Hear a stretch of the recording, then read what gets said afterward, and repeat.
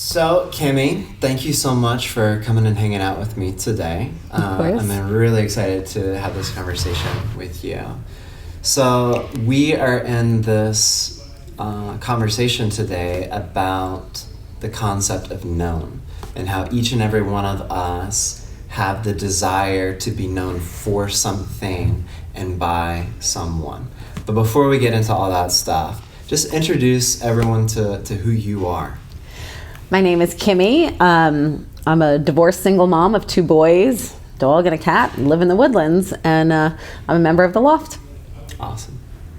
So I'm really interested to know how you first found yourself at Loft, and why do you continue to choose Loft as your tribe? A friend brought me to the Loft. I hadn't gone to church for several years. Both of my boys, when they were babies, had health issues. And I kind of broke up with God for a while going through those dark times. My one son was in the NICU for 49 days, and the other one for 12 days at one time, several surgeries. And I just was really mad and angry at God for how could you let this happen to my babies? And so I kind of drifted away. Yeah. You know, that phrase that you use, I broke up with God, it seems like time and again, not only do I hear my own self using phrases like that, but I hear so many others. But at the same time, it seems like phrases like that, being able to engage in conversations like that, are so taboo in church, in religion. And I'm just wondering, why do you think that is? When I tell people that I broke up with God, I mean, they're almost looking for a lightning bolt to come down, because it's like, how could you break up with God?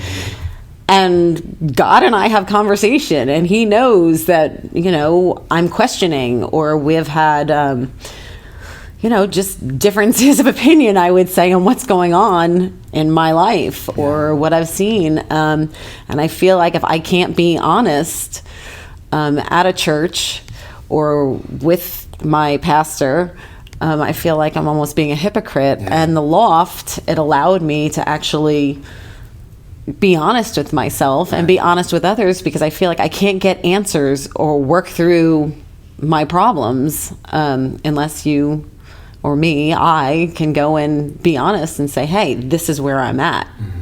Please help me and explain. Yeah, that's so good. I really appreciate how your story will serve, I think, as an invitation to others to step into the arena of authenticity and be able to say, you know what, I'm still working on it.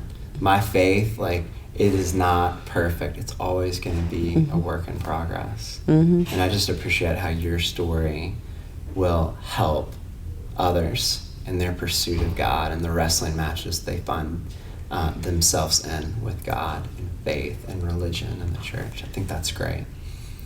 Going back to this concept of being known, you are known by literally millions upon millions of people.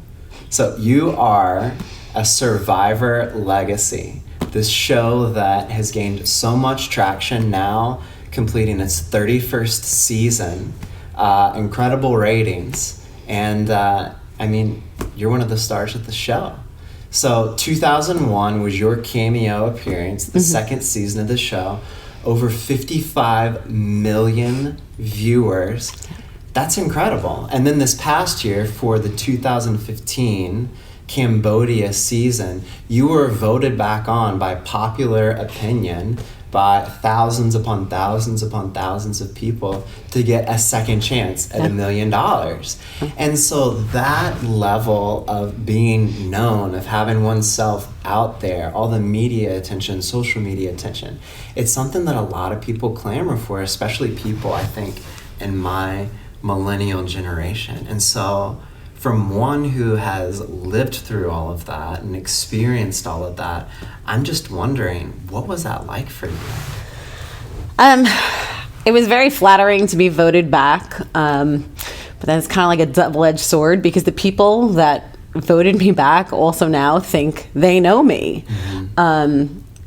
And I don't want to be known just for, being on Survivor, and what Survivor chose to show, because there's snippets in everybody's life, how my family knows me, how my friends know me, how coworkers know me, and then how social media and the viewers know me are all very different parts of my life. Yeah. I mean, they know a part of my life, but they don't know all of me. Right. And it's... I just deleted 2,000 people off of Facebook because they thought that they knew me.